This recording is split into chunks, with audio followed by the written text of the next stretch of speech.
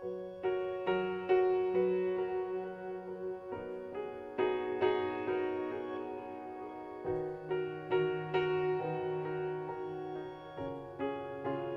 영광을 하나님께 올려드립니다. 이 시간 2부 예배에 참석하신 모든 성도들에게 하나님의 평강이 여러분의 마음 가득하기를 간절히 바랍니다. 우리 옆에 계신 분들에게 하나님의 평강이 마음에 가득하기를 바랍니다. 서로 한번 인사하겠습니다. 하나님의 평강이 마음에 가득하기를 바랍니다. 네. 감사합니다. 하나님의 평강이 여러분의 마음에 있으면 우리의 얼굴 표정이 어쩔 수 없이 환하게 그렇게 펴지리라고 생각을 합니다. 우리 예배당을 들어오는 순간에는 좀 우리가 무거운 짐진 것도 있고 또 여러 가지 살아가면서 힘든 일들도 있지만 이 시간 하나님의 평강이 여러분의 마음 가운데 부원바 되셔서 이 시간 우리의 마음도 환해지고 또 우리의 얼굴도 환해지는 그런 시간이 되시면 참 좋겠습니다. 여러분, 로마서는 하나님의 복음입니다. 하나님 앞에 도무지 구원을 받을 수 없는 존재인 우리 인간, 하나님을 모르는 이방인뿐만 아니라 하나님의 율법을 가지고 있는 유대인들조차도 하나님의 의의 기준에 이루지 못하는 것이 우리 인간의 한계이죠. 그래서 하나님께서 자기의 아들 예수 그리스도를 우리의 죄를 위하여 십자가에 내어주시고 그 아들을 믿는 모든 자에게 의롭게 하시는 하나님의 구원의 은혜를 허락해 주셨습니다.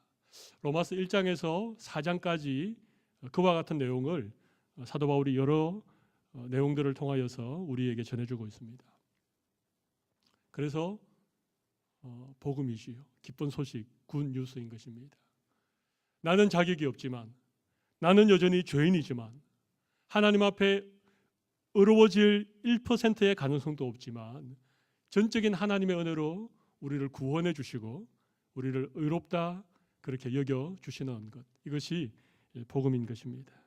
오늘 이 복음으로 말미암아 하나님의 자녀된 모든 성도들에게 오늘도 하나님께서 예비하신 은혜를 풍성히 부어주시기를 간절히 바랍니다. 구원받은 하나님의 백성들, 값없이 의롭게 되어진 하나님의 백성들에게 하나님께서 특별히 오늘 우리가 읽었던 로마서 5장 1절에서부터 11절 이 말씀을 통해서 두 가지 약속 혹은 두 가지 기가 막힌 선물을 우리에게 약속하고 계십니다. 오늘은 하나님이 구원받은 우리들에게 주시는 선물, 하나님의 약속 두 가지에 대한 말씀을 함께 나누어 보도록 하겠습니다. 제가 여러분에게 딱 말씀드리기 전에 우리 한번 찾아보면 좋겠습니다. 먼저 1절 말씀을 통해서 하나님이 우리에게 주는 첫 번째 약속이 무엇인지를 한번 찾아보실까요? 우리 1절 같이 한번 읽어볼까요? 그러므로 우리가 믿음으로 의롭다 하심을 받았으니 우리 주 예수 그리스도로 말미암아 하나님과 화평을 누리자. 여러분, 첫 번째 하나님이 주시는 약속은 무엇이겠습니까? 그렇습니다. 하나님과 화평을 누리자입니다. 이것은 놀라운 선물입니다. 하나님과 화평을 누리는 이것이야말로 가장 큰 하나님의 선물 가운데 하나라고 말씀드릴 수 있습니다. 제가 먼저 이 하나님과 누리는 화평에 대한 얘기를 먼저 드리겠습니다. 두 번째 약속이 있습니다. 두 번째 약속은 오늘 본문 맨 마지막 절인 11절에서 찾아볼 수 있습니다. 우리 11절을 같이 한번 읽어볼까요? 그것뿐만 아니라 우리로 화목하게 하신 우리 주 예수 그리스도로 말미암아 하나님 안에서 또한 즐거워하느니라. 두 번째 약속은 뭡니까? 그렇습니다. 하나님 안에서 즐거워하느니라. 하나님 안에서 즐거워하는 것, 이것이 두 번째 약속입니다. 첫 번째가 뭐라고요? 하나님과 화평을 누림. 하나님과 화평을 누림. 이것이 첫 번째 약속이고, 두 번째는요, 하나님 안에서 즐거워함. 하나님 안에서 즐거워함. 제가 한번 여쭤보겠습니다. 여러분, 하나님과 화평을 누리고 계십니까? 아니면 왠지 모르게 하나님 앞에 나올 때마다 좀 두렵고 뭔가 마음에 좀 꺼림직한 것이 있으십니까? 여러분, 하나님 안에서 항상 즐거워하십니까? 예수 믿는 것이, 하나님의 자녀된 것이, 내가 구원받은 이 사실이 늘 기쁘고 즐겁고 그렇습니까? 아니면 예수 믿고 사는데도 늘 얼굴에 수심이 가득하고 뭐 그렇게 즐거운 일이 여러분에게 없으십니까? 오늘은 제가 이 두 가지 하나님과 누릴 화평에 대해서 그리고 하나님 안에서 즐거워하는 이 기쁨에 대해서 잠깐 말씀을 나누겠습니다. 원래 하나님께서 우리를 만드실 때에는요, 하나님과 정말 친밀한 그런 관계로 만드셨습니다. 에덴 동산에 아담과 하와를 만드신 하나님께서는 하나님의 형상대로 만드신 그 사람들 아담과 하와와 이렇게 더불어 교제하는 것을 너무 좋아하셨습니다. 그런데 어느 날 아담과 하와가 하나님의 말씀을 어기고 선악을 알게 하는 나무의 실과를 따먹음으로 범죄하게 되어집니다. 죄가 하나님과 아담 사이를 갈라놓았습니다. 그죠? 그래서 하나님의 얼굴을 피하여서 동산 어두운 곳으로 숨었습니다. 하나님과의 관계가 깨어진 것이죠. 하나님과의 화평이 파괴된 것입니다. 그리고 결국 그 에덴 동산에서 쫓겨나서 이 하나님을 떠나서 세상에서 유리방황하는 삶을 살게 된 것입니다. 여러분, 죄가 하나님과 우리 사이에 이 화평을 깨트린 것입니다. 죄는 하나님과 인간 사이의 화평만을 깨트리는 것은 아닙니다. 처음에 아담이 하와를 보고 뭐라고 그랬습니까? 이는 내 뼈 중에 뼈요 살 중에 살이로다.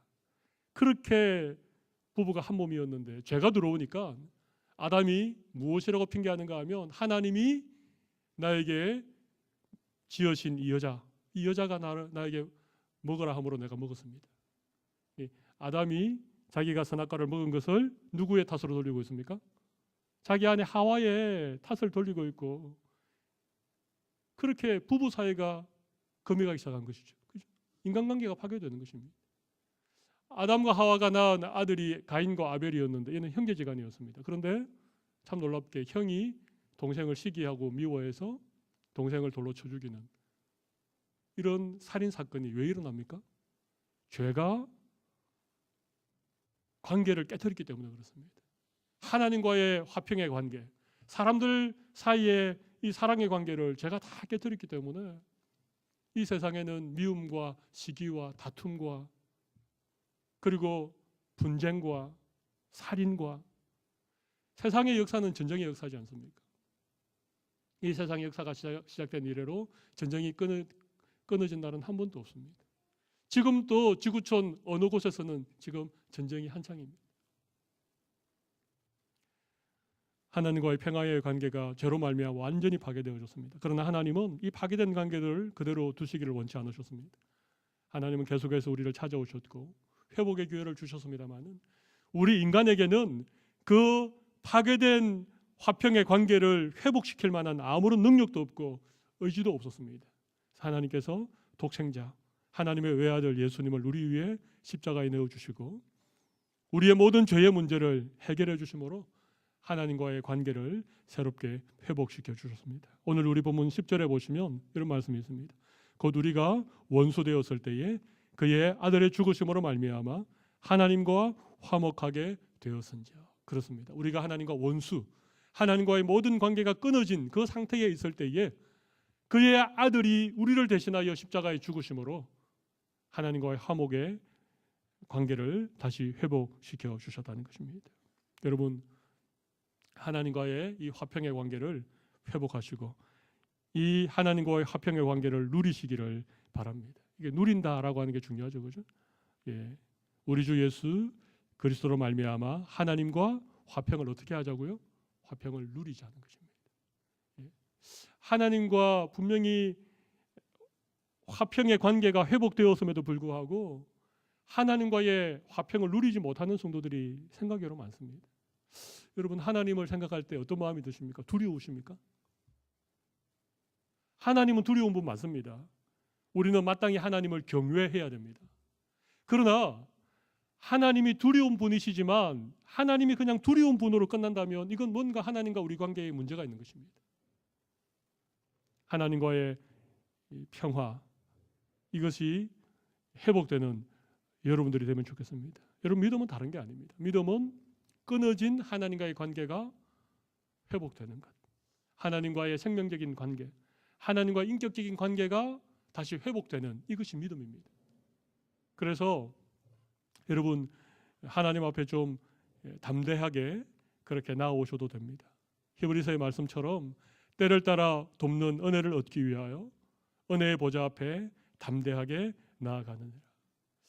여러분 구약 시대를 한번 생각해 보십시오. 구약에는 하나님 앞에 나아가는 것이 얼마나 두려운 일인지 몰랐습니다. 죄인인 우리가 거룩하신 하나님을 뵙는다는 것은요, 그것은 정말 두려운 일이었습니다. 자칫 잘못하면 생명이 위태로운 그런 상황이었습니다. 그래서 하나님의 임재를 상징하는 그 지성소에는요, 언제나 두터운 휘장이 쳐져 있었습니다.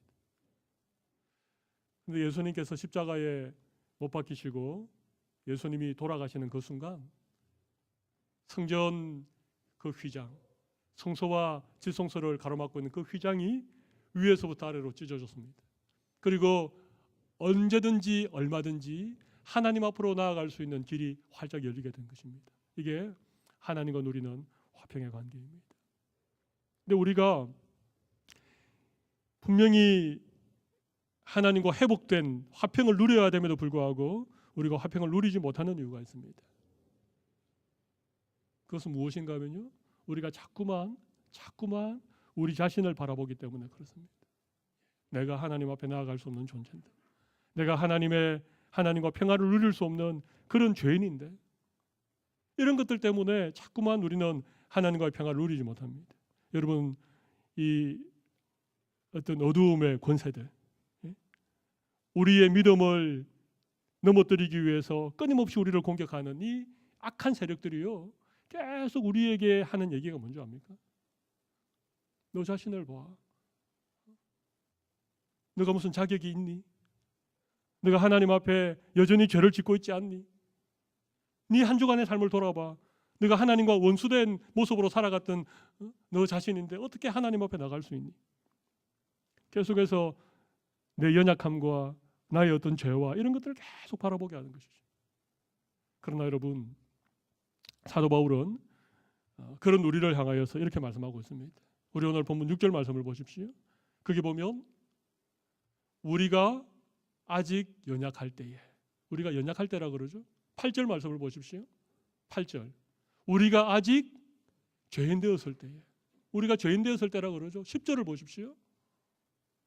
곧 우리가 원수 되었을 때에, 여러분 우리가 연약할 때, 우리가 여전히 죄인 되었을 때, 우리가 하나님과 원수 되었을 그때에 하나님이 우리를 사랑하셔서 자기의 아들을 우리를 위하여 죽게 하셨다는 것입니다. 예수님이 우리를 위해 죽으신 때가 언제입니까? 우리가 연약할 때, 우리가 여전히 죄인일 때, 우리가 하나님과 원수 되었을 때 그의 아들의 죽으심으로 말미암아 하나님과 화목되게 하신 것입니다. 여러분, 우리가 하나님과 화목하려면 꼭 기억해야 될 것이 한 가지 있습니다.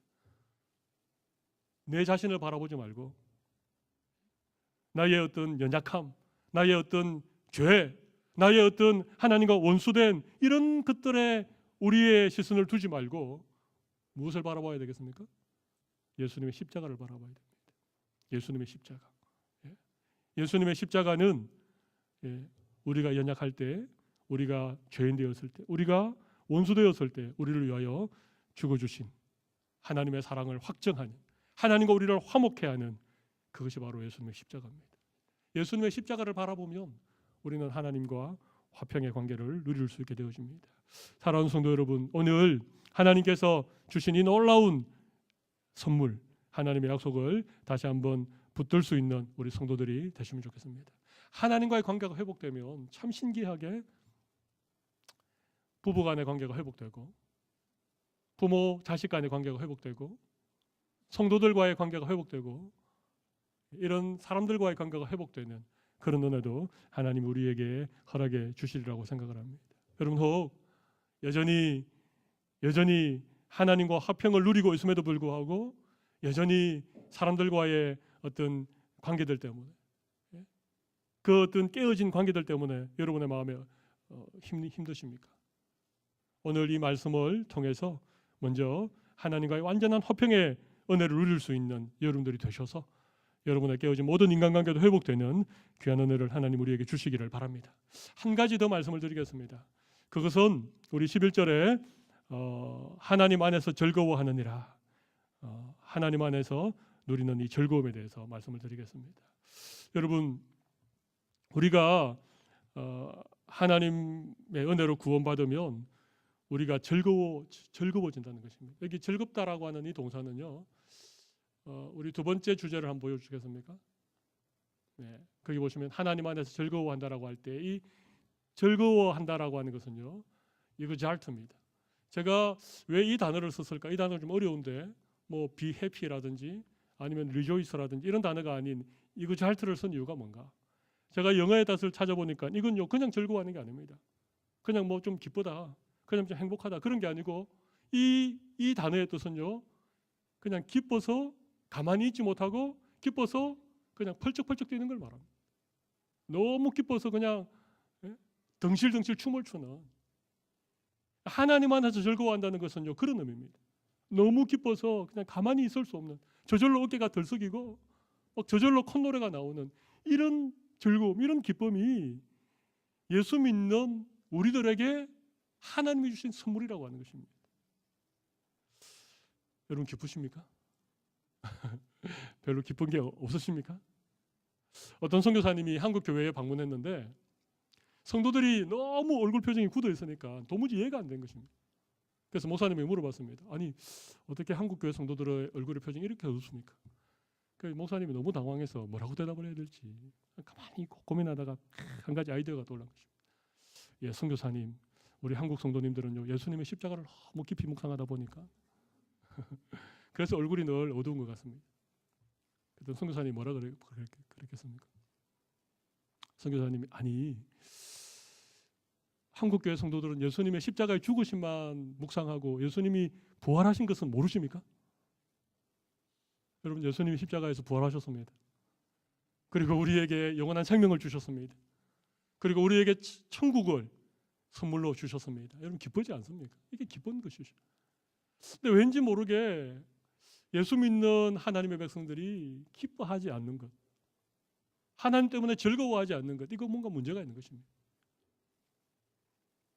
여기 보십시오. 하나님 안에서 즐거워하느니라. 우리의 즐거움은요 세상의 즐거움이 아닙니다. 세상에서 누리는 그런 기쁨이 아닙니다. 그런 것과는 수준이 다른 것이죠. 하나님 안에서 누리는 즐거움, 하나님 때문에 기뻐하는 그 기쁨, 그것이 우리에게 선물로 주어졌다는 것입니다. 이 하나님 안의 즐거움을 우리 오늘 본문에는 두 가지로 얘기하고 있습니다. 2절에 보면 우리 2절 말씀을 한번 보실까요? 같이 한번 읽어볼까요? 또한 그로 말미암아 우리가 믿음으로 서 있는 이 은혜에 들어감을 얻었으며 그 다음 하나님의 영광을 바라고 즐거워하느니라. 여러분 하나님 안에 즐거워한다는 것의 첫 번째 의미는요 하나님의 영광을 바라고 즐거워하는 것입니다. 하나님의 영광을 바라고 즐거워한다는 것입니다. 우리가 하나님을 믿는다는 것은요 우리가 살아가는 이 물질 세상 3차원의 세상에서 그보다도 훨씬 차원이 높은 어떤 영적인 세계, 그죠? 눈에 보이지 않지만 이 온 우주 만물을 창조하시고 우리의 생명을 주관하시는 그 하나님을 믿음으로 바라보는 것을 의미합니다. 하나님의 영광을 바라고 즐거워한다 이 말은요 우리의 믿음의 눈이 열려서, 우리의 영적인 눈이 열려서 하나님을 바라보고 그 하나님의 영광 때문에 기뻐하고 즐거워하는 것이라는 의미입니다. 우리 예수님이 제자들 3명을 데리고 산에 올라가셨습니다. 그리고 갑자기 우리 예수님의 형상이 변화되셨습니다. 찬란한 그런 모습으로. 그런데 그 예수님이 정말 희고 찬란한 모습으로 변화되었는데 거기 보니까 모세 같은 분도 내려와 계시고 엘리야 같은 분도 내려와 계시고 그 세 명이 너무너무 찬란한 모습으로 변화된 광경을 베드로가 보게 된 것입니다. 그 광경을 보고 베드로가 뭐라 그럽니까? 주님 이곳이 너무 좋습니다. 이곳에 초막을 짓고 우리가 여기에 살면 너무 좋겠습니다. 하나님의 영광을 바라보니까 더 이상 산 밑으로 내려가기 싫은 것입니다. 그 산 아래에 사람들이 살아가는 그 세상에서는 도무지 경험해보지 못하는 하나님의 영광을 경험하니까 그것이 너무 좋은 것입니다. 이게 여러분 하나님의 영광이죠. 우리가 예배할 때 이 예배의 자리, 저는 이 자리는 하나님이 친히 임재해 계시는 자리라고 저는 생각합니다. 물론 하나님이 늘 우리와 함께 계시죠. 성령 하나님께서 우리 가운데 내주하고 계시지만 특별히 성도들이 같은 시간에 한 공간에 모여서 마음을 다하여 하나님을 예배하는 이 시간, 이 자리에는요, 하나님의 영광 가운데 임재해 계신다고 저는 믿습니다. 만약 이 시간 우리가 정말 하나님을 사모하고 하나님을 우리의 마음을 다하여 예배하고 하나님을 정말 찬양하는 그런 마음으로 이 예배 시간에 여러분들이 참석하시면 하나님께서 우리 가운데 하나님의 영광을 보여주실 것입니다. 하나님의 영광을 경험하게 됩니다. 예배가 중요한 이유가 다른 게 아닙니다. 예배를 통하여 우리 믿음의 눈이 열려 하나님의 영광을 경험하는 것. 그래서 세상과 나는 간격도 없고 구속한 주님만 바라보는, 이 세상에서는 도무지 맛볼 수 없는 그 하나님의 영광을 맛보는 이 시간이 예배 시간이니까 이 예배가 우리는 기쁘고 이 예배가 너무 즐겁고 이 예배가 기다려지고 주일날 예배드리는 그 시간을 위해서 우리가 한 주간 열심히 살아가는 우리의 삶의 이유를 찾게 되는 것입니다. 요한계시록 21장 22장에 보면요, 새하늘과 새 땅, 그죠? 새 예루살렘 성에 대한 말씀이 나옵니다. 마치 신부가 남편을 위하여 단장한 것 같은 12 진주문이 있고 그 성 가운데로는 수정 같은 생명수가 흐르고 그 새 예루살렘 성에는 햇빛이 필요 없는데 하나님의 영광이 찬란하게 비치기 때문에 여러분이 만약 하나님이 나를 구원하셔서 나에게 영생을 주셨다는 사실을 정말 믿는다면, 그래서 내가 이 땅을 살아가지만 우리가 이 땅을 떠나는 그날 그 영광스러운 하나님의 나라로 우리를 인도해 주실 것에 대한 분명한 믿음이 우리에게 있다면 우리는 기쁠 수밖에 없는 것이죠. 그 새하늘과 새 땅을 바라보는 믿음으로 우리는 기뻐할 수 있는 것입니다. 저도 사역을 하다가 좀 힘들고 지치고 마음 상하고 마음에 시험 들고 이럴 때는요, 요한계시록 21장 22장을 펼쳐서 읽습니다. 요한계시록 21장 22장을 펼쳐서 읽습니다. 그리고 잘 들어보십시오. 그리고 햇빛이 들어오는 창가에 앉아서 눈을 지그시 감고 그 태양을 향하여, 햇빛을 향하여서 눈을 이렇게 고개를 돌립니다. 그러면 감은 눈 속으로 찬란한 햇빛이 쫙 들어올 때 요한계시록 21장 22장 그 새 예루살렘 성과 새하늘과 새 땅에 대한 말씀을 마음속으로 묵상합니다. 그러면요, 그 찬란한 그 천국이 제 마음속에 들어오는 것 같습니다. 그럼 제 마음에 있는 근심들, 걱정들, 미운 마음들, 이런 것들이 눈이 녹듯이 녹아들고 제 마음에 다시 기쁨과 이런 즐거움이 회복되는 것을 경험합니다. 여러분, 하나님의 영광을 바라고 즐거워한다는 것은요, 우리의 믿음의 눈이 열려서 하나님의 영광을 바라보기 때문에 그렇습니다. 보는 게 너무 중요합니다. 신앙생활하면서도 보지 못하는 분들이 너무 많이 계십니다. 여전히 육신의 눈만으로 이 3차원적인 세상, 이 물질의 세상만을 바라보고 사시는 분이 너무 많이 계십니다. 그러니까 우리의 마음에 기쁨이 없죠. 여러분에게 믿음의 눈이 열리시기를 바랍니다. 하나님의 영광을 바라볼 수 있기를 바랍니다. 하나님의 영광 때문에 즐거워하는, 그냥 기뻐 뛸 수 있는 여러분들이 되시면 좋겠습니다. 그 다음 말씀은요, 더 기가 막힌 말씀입니다. 저는 이 말씀이 우리 믿음의 최고봉이 아닌가 생각하는데 3절 말씀을 보십시오. 3절 같이 한번 읽어볼까요? 다만 이뿐 아니라 우리가 환난 중에도 즐거워하나니. 여러분, 환난 중에도 어떻게 한다고요? 환난 중에도 즐거워하는 것, 저는 이 믿음의 수준이 믿음의 최고봉이 아닌가 생각합니다. 하나님이 믿음의 선물을 주시는데 많은 선물 중에 환난 중에 즐거워하는 그 정도의 믿음을 우리에게 주셨다면 저는 이 믿음이야말로 정말 최고의 믿음이라고 저는 생각합니다. 그런데 여러분, 환난 중에 즐거워하는 이유가 있습니다. 4절을 한번 읽어볼까요? 4절.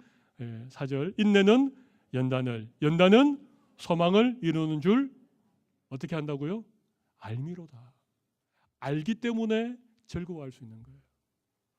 내가 알기 때문에 기뻐할 수 있는 거예요. 환난 가운데 즐거워하는 이유가 뭐라고요?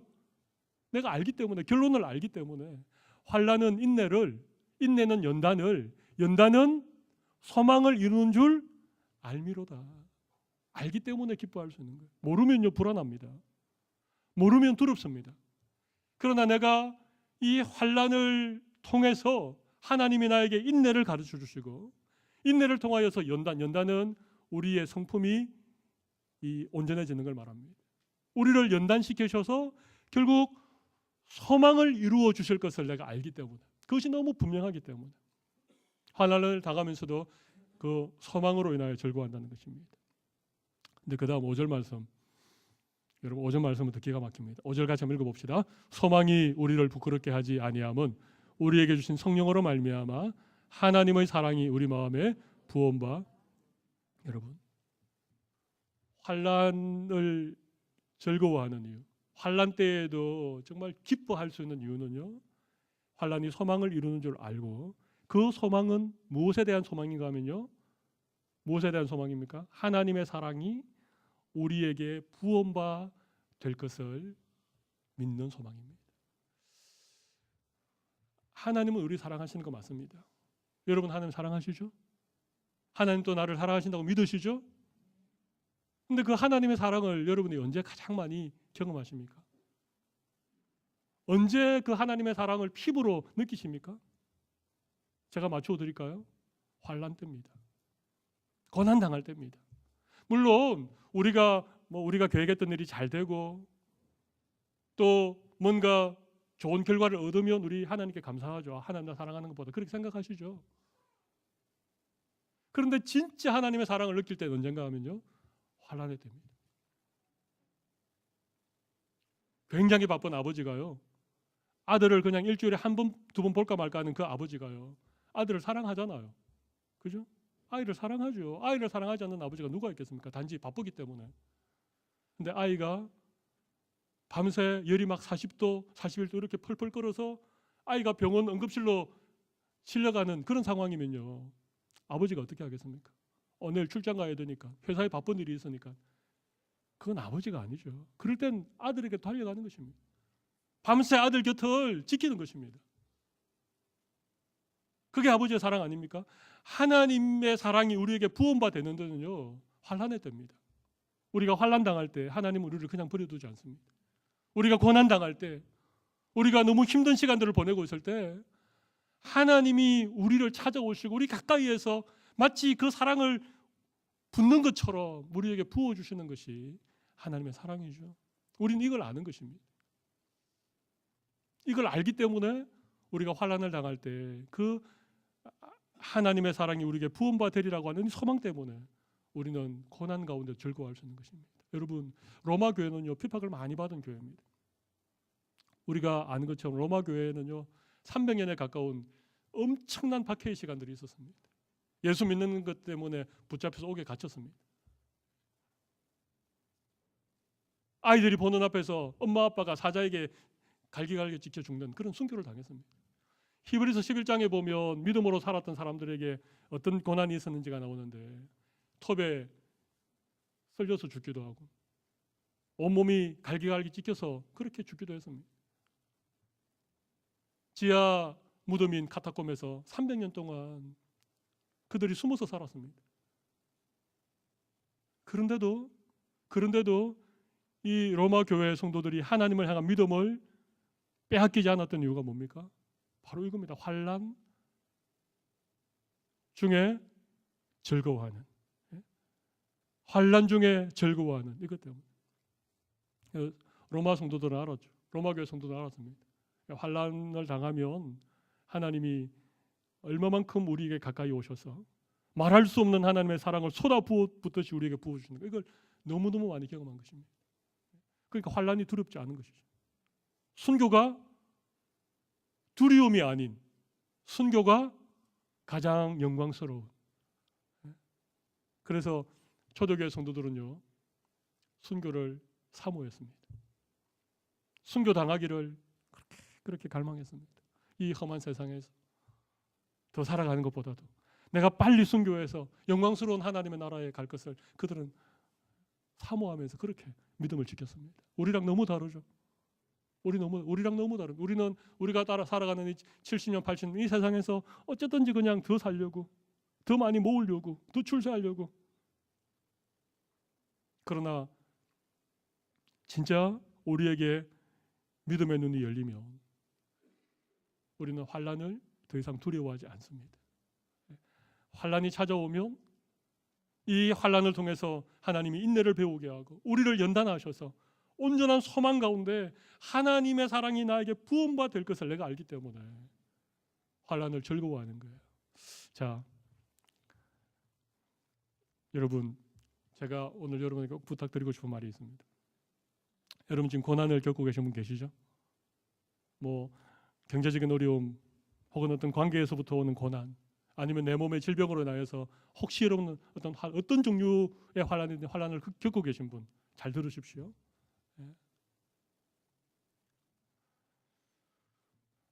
물론 우리 힘으로 되지 않지만 성령 하나님께서 여러분들 가운데 은혜 주셔서 환난을 즐거워해 보시기를 바랍니다. 환난을 어떻게 하라고요? 너무 수준 높은 말씀을 드려서 사실 저도 잘 안 됩니다. 저도 어떤 어려움이 딱 생기면 제 마음에 제일 먼저 염려, 걱정 생깁니다. 그리고 하나님 앞에 막 하나님 어떻게 해요? 그렇게 기도할 수밖에 없습니다. 그런데 그런 마음으로 시작한 기도지만 기도하다 보면 정말 하나님의 말씀을 생각해 보면 하나님이 환난을 통하여서 어떻게 나를 연단시켜 가실 것이고 어떻게 나에게 하나님의 사랑을 부어주실지에 대한 마음의 기대가 생기면요, 더 이상 환난이 두렵지 않습니다. 그것 때문에 내 마음이 절망스러워하지 않습니다. 오히려 하나님을 향한 기대, 하나님의 사랑을 향한 그런 어떤 간절함, 그런 것들이 생겨서 기뻐할 수 있습니다. 여러분들도 환난을 딱 맞닥뜨렸을 때 즐거워할 수 있는 그런 은혜를, 그런 능력을 하나님 우리 모두에게 주시기를 바랍니다. 여러분, 이게 믿음의 최고봉입니다. 환난 중에 즐거워하는 믿음, 이 믿음을 여러분이 소유할 수 있으면, 이 믿음을 여러분이 한 번이라도 경험해 보신다면 여러분 정말 우리는 믿음으로 험한 세상을 승리할 수 있습니다. 하나님이 구원받은 하나님의 백성들에게 주신 두 가지 약속이 뭡니까? 하나는 하나님과 함께 누릴 화평, 또 하나는요, 하나님 안에서 즐거워하는 것. 이 두 가지입니다. 이 두 가지 정말 하나님과 화평을 누리는 그런 은혜, 그리고 하나님 안에서 즐거워하는, 하나님의 영광을 바라보며 즐거워하는, 보는 게 중요하죠. 그리고 소망을 이루게 되는 것을 알기 때문에 환난 중에도 즐거워하는 그런 믿음으로 승리하는 우리 모든 성도들이 다 되시기를 바랍니다. 우리 오늘 주신 말씀 생각하시면서 우리 잠깐 기도하는 시간을 가지겠습니다. 가슴에 손을 좀 올려보십시오.